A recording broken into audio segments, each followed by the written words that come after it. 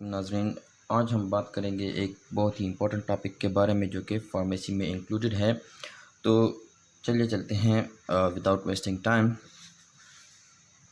आज हम पढ़ेंगे हाइपरटेंशन के बारे में। हाइपरटेंशन क्या चीज़ होती है, हाइपरटेंशन के सिम्टम्स, रिस्क फैक्टर, ट्रीटमेंट के बारे में, और जो मैकेनिज़्म है इसका कि ये हाइपरटेंशन होता कैसे है, तो वो आज हम इस वीडियो में पढ़ेंगे। सबसे पहली चीज़ जो कि हम एक चीज़ के बारे में जानना चाहते हैं या जाने बगैर हम उस टॉपिक को नहीं समझ सकते, तो वो होती है एक डेफिनेशन। डेफिनेशन फर्स्ट पॉइंट होता है किसी भी टॉपिक को समझने के लिए। सो हाइपरटेंशन की डेफिनेशन ऐसी है कि जब हमारा ब्लड प्रेशर 120/80 mmHg से बढ़ जाए तो उसे हम कहेंगे कि ये अभी हाइपरटेंसिव स्टेज में जा रहा है। ठीक है। अब दूसरे अल्फाज में हम ऐसा कह सकते हैं कि persistent increase in systemic arterial blood pressure.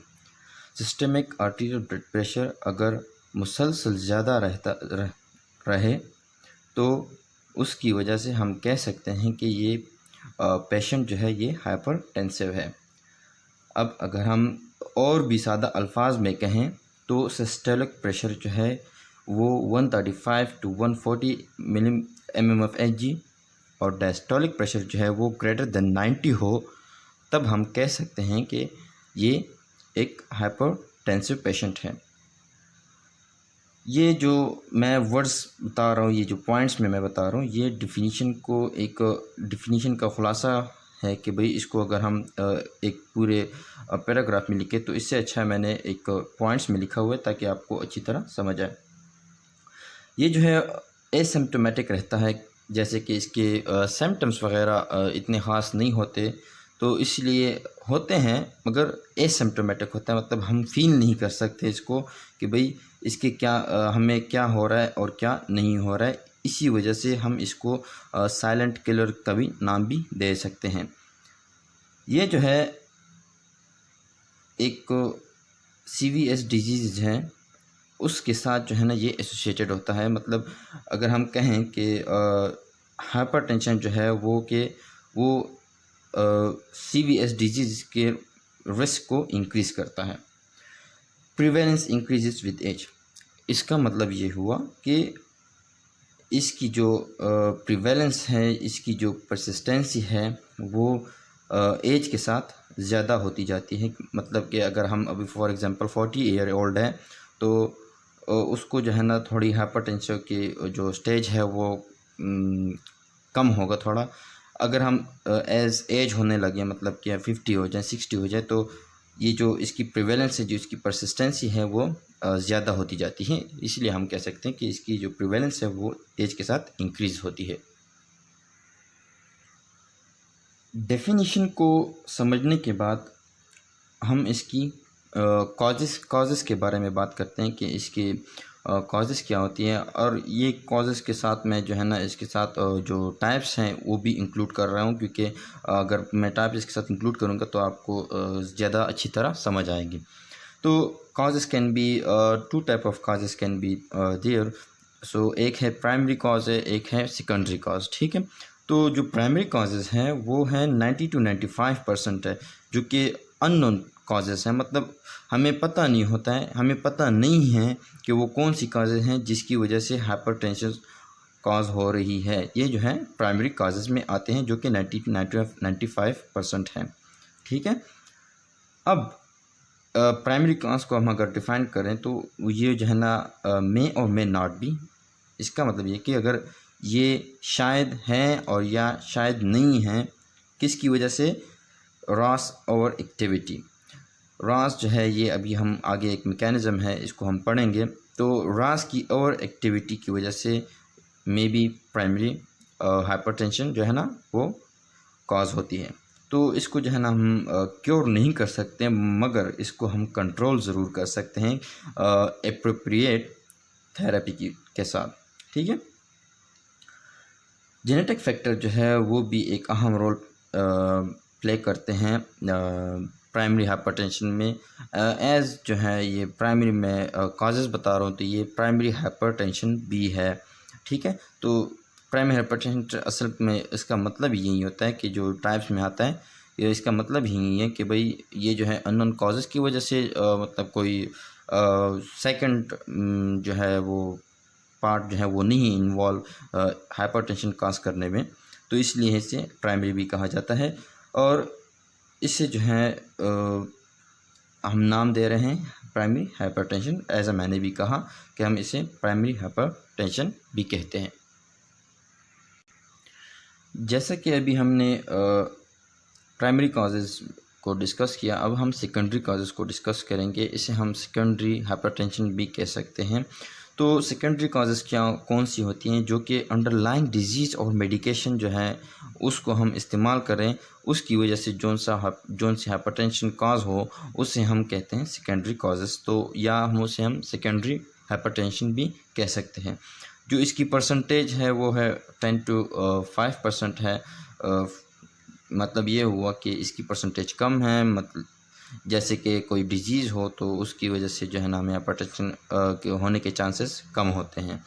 ठीक है, तो अब एज के डिजीज़ की वजह से जो है ना ये हाइपरटेंशन होती है या मेडिकेशन की वजह से होती है, तो ये जो है डिजीज़ को ख़त्म करने से हम इसे इस किस्म के हाइपरटेंशन को ठीक कर सकते हैं, क्योर कर सकते हैं। क्योंकि जब वो डिजीज़ ख़त्म हो जाती है तो क्योंकि बेसिक काज जो हाइपरटेंशन की थी वो डिजीज़ ही थी, स्पेसिफिक डिजीज़, तो जब वो ख़त्म हो गई तो हाइपरटेंशन भी नहीं रहेगी। मोस्ट कॉमन काज जो है वो, जैसे कि सेकेंडरी काज, वो है किडनी डिजीज़। किडनी डिजीज़ की वजह से जो है ना सेकेंडरी हाइपरटेंशन मोस्टली काज होती है। तो इसलिए अगर हम हमारी किडनी नॉर्मल हो, मतलब अगर हमारी किडनी की डिजीज़ जो है वो ना हो, तो सेकेंडरी हाइपरटेंशन काज नहीं होगी। जो अदर फैक्टर हैं जो कि सेकेंडरी हाइपरटेंशन को काज करते हैं, वो है कॉन्जेनिटल ब्लड वेसल डिसऑर्डर है, अल्कोहल अब्यूज़ है, मतलब कि अल्कोहल का जो ओवर इंटेक है, obstructive sleep apnoea, adrenal gland tumours. तो ये जो है कुछ और काजेज़ हैं जो कि सेकेंडरी हाइपरटेंशन को काज करती है, और इन सब को हम सेकेंडरी काजेज़ में भी इंक्लूड कर सकते हैं। जैसा कि हमने काजेज़ को डिस्कस किया, अब हम डिस्कस करेंगे कि स्टेजेस जो है वो हाइपरटेंशन की कौन कौन सी हैं। ऊपर वाला हिस्सा जो होगा वो सिस्टोलिक होगा, एंड जो नीचे वाला हिस्सा होगा वो डायस्टोलिक होगा। जैसे कि जोन से नंबर हमें गिवन होंगे तो वो सिस्टोलिक डिवाइड बाय डायस्टोलिक है। ठीक है, तो एक होता है नॉर्मोटेंसिव स्टेज होता है, ठीक है, जिसमें हमारी बीपी जो है वो नॉर्मल होती है और रेंज जो है वो 120 to 80 mmHg होता है। तो ये मतलब ये हमारा नॉर्मल रेंज है, इसकी वजह से हम नॉर्मल रहते हैं, हमारा बीपी भी नॉर्मल रहता है। अब जो है हाइपरटेंसिव जो है उसकी जो स्टेजेस, जो फर्दर क्रिटिकल स्टेजेस है, उसमें इंटर होने से पहले जो सा स्टेज होता है उसे हम प्री हाइपरटेंसिव स्टेज कहते हैं, जो कि उसकी जो रेंज है वो है 130 to 139 by 85 to 89 systolic diastolic, ठीक है, mmHg। ये हो गई जो इंटरिंग स्टेज टू हाइपरटेंशन है, वो प्री हाइपरटेंसिव स्टेज होती है। ठीक है, अब स्टेज 1 की बात करते हैं, या इसे हम ग्रेड 1 भी कह सकते हैं। तो स्टेज 1 जो है वो हाइपरटेंशन का, इसे हम हाइपरटेंशन कह सकेंगे क्योंकि स्टेज 1 ही हाइपरटेंसिव है। तो इसकी रेंज जो है वो है ग्रेटर और इक्वल टू 140 to 159 और 90 to 99 mmHg। ये जो है एक रेंज है जो स्टैंडर्ड, जो कि ऑल ओवर द वर्ल्ड जाना जाता है हाइपरटेंशन के लिए। अब हम डिस्कस करते हैं कि स्टेज 2 क्या है। स्टेज 2 में जो है ना पहले तो हम हाइपरटेंशन ही है, मगर जो रिक्वायरमेंट हो जाती हैं तो वो थोड़ी ज़्यादा हो जाती है, क्योंकि हाइपरटेंसिव ड्रग से थोड़ी ज़्यादा हो जाती है। जैसे कि मोनोथेरेपी हम अगर इस्तेमाल कर रहे हैं हाइपरटेंशन के लिए, तो मोनोथेरेपी के साथ साथ हमने कुछ और ड्रग्स भी लेनी पड़ती हैं। इस सिंपली हम कह सकते हैं कि मोनोथेरेपी से हम कम्बिनेशन थेरेपी में आ जाते हैं स्टेज 2 में। ठीक है, इसकी जो रेंज है वो है ग्रेटर और equal to 160 to 179 divided by 100 into 109 mmHg, जो कि ये सिस्टोलिक एंड ये डायस्टोलिक रिप्रेजेंट करते हैं। तो इसलिए इसका मतलब ये है कि सिस्टोलिक प्रेशर इतना होगा और डायस्टोलिक इतना होगा। स्टेज थ्री जो है वो बहुत ही डेंजर स्टेज है, जो कि जिसे हम हाइपरटेंसिव क्राइसिस भी कहते हैं। इसमें जो है मेडिकल इमरजेंसी की ज़रूरत पड़ जाती है, क्योंकि इसकी वजह से हार्ट अटैक भी आ सकता है, जो कि बहुत सीवियर होगा और अल्टीमेटली डेथ कॉज हो सकती है। और इसकी रेंज जो है वो है 180 ग्रेटर और इक्वल टू 180 by 110 mmHg। ये जो है कुछ स्टेजेस थी जो कि हाइपरटेंशन में हम पढ़ते हैं ऑल ओवर द वर्ल्ड। ये रेंजेस जो हैं ये रेंज जो मैंने डिस्कस की ये चल रही हैं, इसलिए मैंने जो है ना ये मेंशन की, क्योंकि एक important part of the topic था। ठीक, पैथोफिजियोलॉजी, इसका मतलब कि मैकेनिज्म ऑफ हाइपरटेंशन को अब हम डिस्कस करेंगे। जैसे कि हमने स्टेजेस अभी थोड़ी देर पहले पढ़ा, अब हम पैथोफिजियोलॉजी इसकी पढ़ेंगे। पहले जो है ना इसको थोड़ा इंट्रोड्यूस करवा देते हैं कि इसकी कैसे ये जो है ना बीपी जो है ना लॉन्ग टर्म में जो कॉजेज़ होती हैं उसकी ऑर्गन डैमेज होती है। जैसे कि क्रॉनिक एलिवेशन जो है ना, अगर उस बीपी की जो है ना वो एक हद से ज़्यादा बढ़ जाए तो ये जो है एक लॉन्ग टर्म जो है ना एक डिजीज़ हो जाती है, उसकी वजह से ऑर्गन डैमेज भी हो सकते हैं। बीपी जो है हम कह सकते हैं कि एक प्रोडक्ट है cardiac output and systemic vascular resistance का। मीन दैट के cardiac output and systemic vascular resistance जो है उसे हम बीपी कहते हैं।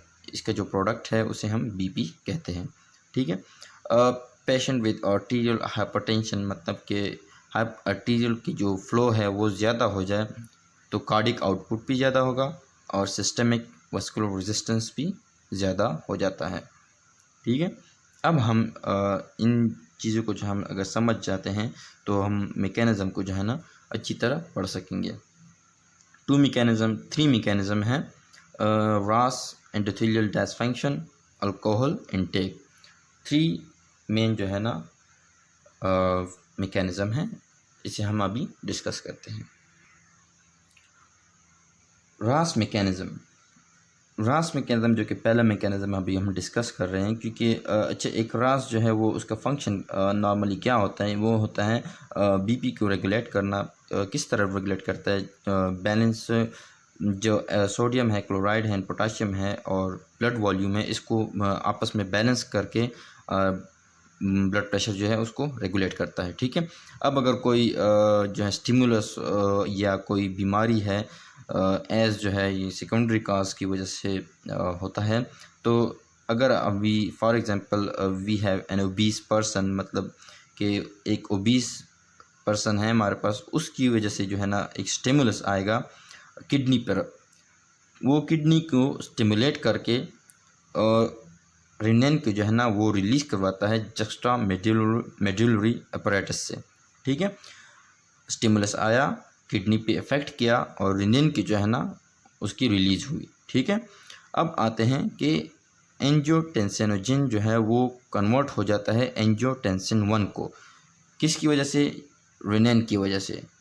ये एक हार्मोन है, उसकी वजह से जो है ना एंजियोटेंसिनोजिन जो है वो इनएक्टिव एंजियोटेंसिन में कन्वर्ट हो जाता है।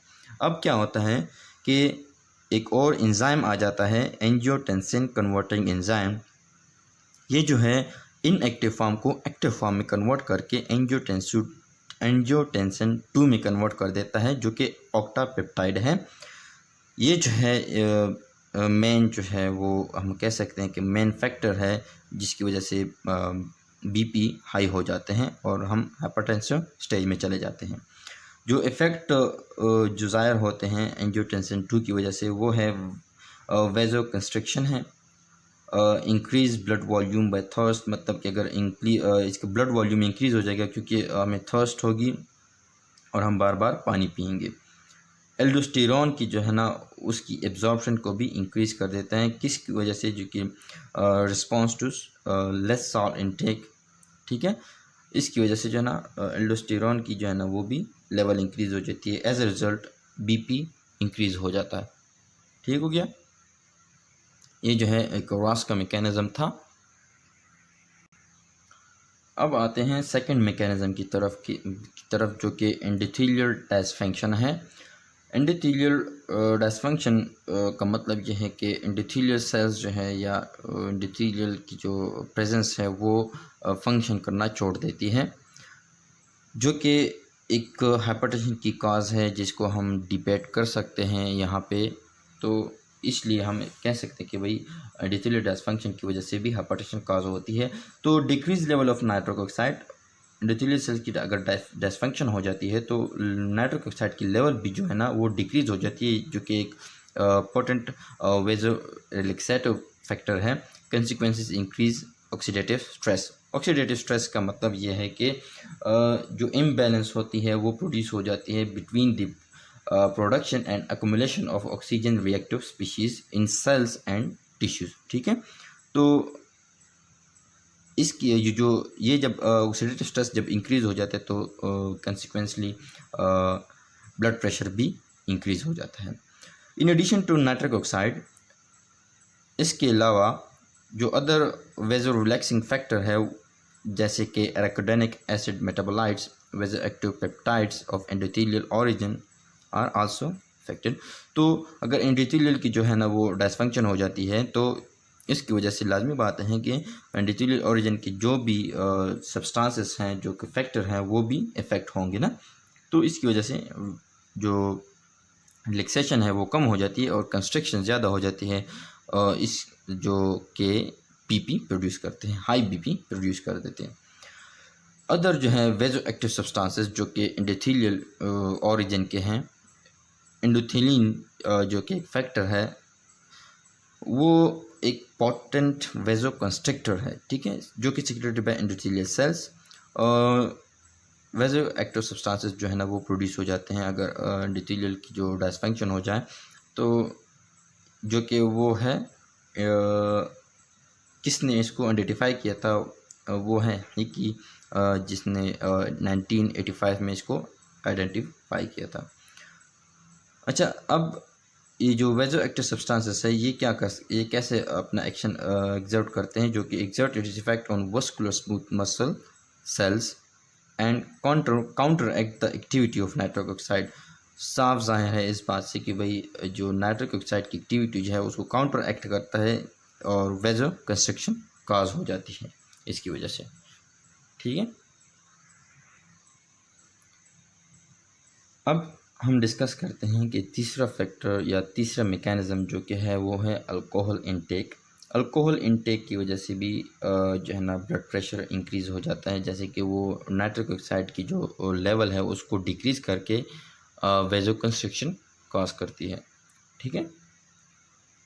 रिस्क फैक्टर की तरफ आते हैं कि रिस्क फैक्टर कौन से हैं। Various risk factor which include lifestyle, family history, physical activity and diet, जो कि कुछ ऐसे फैक्टर हैं जो कि लाइफस्टाइल हो गया, फैमिली हिस्ट्री हो गई, physical activity and diet. Physical activity मतलब का ये है कि फिजिकल एक्टिविटी ज़ीरो हो तो हाइपरटेंशन काज हो सकती है, या डाइट कोई ऐसे हो जैसे फैटी डाइट हो तो उसमें हम हाइपरटेंशन के मरीज़ बन सकते हैं। जो अदर है वो जो कि कंट्रोलेबल फैक्टर हैं वो हैं ओवरवेट है। ओवरवेट को हम अगर डिक्रीज़ कर सकते हैं, मतलब अगर वेट हमारा ज़्यादा है तो हम उसे डिक्रीज़ कर सकते हैं। सेडेंट्री लाइफस्टाइल है उसको जो है ना हम कम कर सकते हैं, जैसे कि अपनी नींद को या स्लीपिंग पैटर्न जो है उसको चेंज कर सकते हैं। टोबैको यूज़ को हम कम करें तो जो है हम जो हमारी जो हाइपरटेंशन है उसको कंट्रोल किया जा सकता है। टोबैको यूज़ से हाइपरटेंशन कॉज होती है। एक्सेसिव अल्कोहल इंटेक है तो एक्सेसिव अगर हम अल्कोहल या कोई भी पर्सन जो अल्कोहल ज़्यादा लेता है तो उसे हाइपरटेंशन हो सकती है। तो लिहाजा अगर हम अल्कोहल के इंटेक को कंट्रोल करें तो हम जो है ना हाइपरटेंशन से बच सकते हैं। स्ट्रेस भी जो है वो एक फैक्टर है हाइपरटेंशन कॉज करने में। जो अनकंट्रोलेबल फैक्टर है वो है एज, अगर एज के साथ हमारी हाइपरटेंशन आ जाए तो हम उसे कंट्रोल नहीं कर सकते, race and age family history, इसकी वजह से हम जो है वो कंट्रोल नहीं हो सकती अगर हाइपरटेंशन काज हो जाए। ठीक है, अब हम डिस्कस करेंगे सिम्टम्स के बारे में कि इसके सिम्टम्स क्या हैं। अब इसके हम अगर सिम्टम डिस्कस करें तो पहले तो हम कह सकते हैं कि ये साइलेंट किलर है। क्यों? क्योंकि जो वार्निंग साइन होती हैं, अगर हम फॉर एग्ज़ाम्पल कोई बीमार हो जाए तो वार्निंग साइंस हो जाती हैं, वार्निंग साइंस होती हैं। कुछ वार्निंग साइंस जो है ना वो जो है ना अपेयर हो जाती हैं, तो हमें पता लगता है कि हम कोई बीमार है, हम डॉक्टर को जो है ना कंसल्ट करते हैं। मगर हाइपरटेंशन में जो है ना कोई साइन एंड सिम्टम्स नहीं होती है, तो इसलिए हम इसे कह सकते हैं कि साइलेंट किलर है। मगर कुछ ऐसे पर्सन होते हैं जो कि कुछ सिम्टम्स एक्सपीरियंस करते हैं, जैसे कि डुल हेडेक हो गया, फैटीग हो गया, फेशियल ब्लशिंग हो गया, ब्लर विजन हो गया, एपिस्टैक्सिस जो कि हाइपरटेंसिव क्राइसिस में होता है, जो कि नोज ब्लीड इसे हम कह सकते हैं, एंड डिजीनेस। ठीक है, अब हम आते हैं ट्रीटमेंट के बारे में कि इसकी ट्रीटमेंट क्या होगी। जो कि ट्रीटमेंट हम सिंपली कह सकते हैं कि एंटी हाइपरटेंसिव ड्रग्स, जो कि diabetics, beta blockers, calcium channel blocker, alpha 1 adrenergic blocker and angiotensin converting enzyme inhibitors, जो है हम अगर यूज़ करें तो हम हाइपरटेंशन को कंट्रोल कर सकते हैं।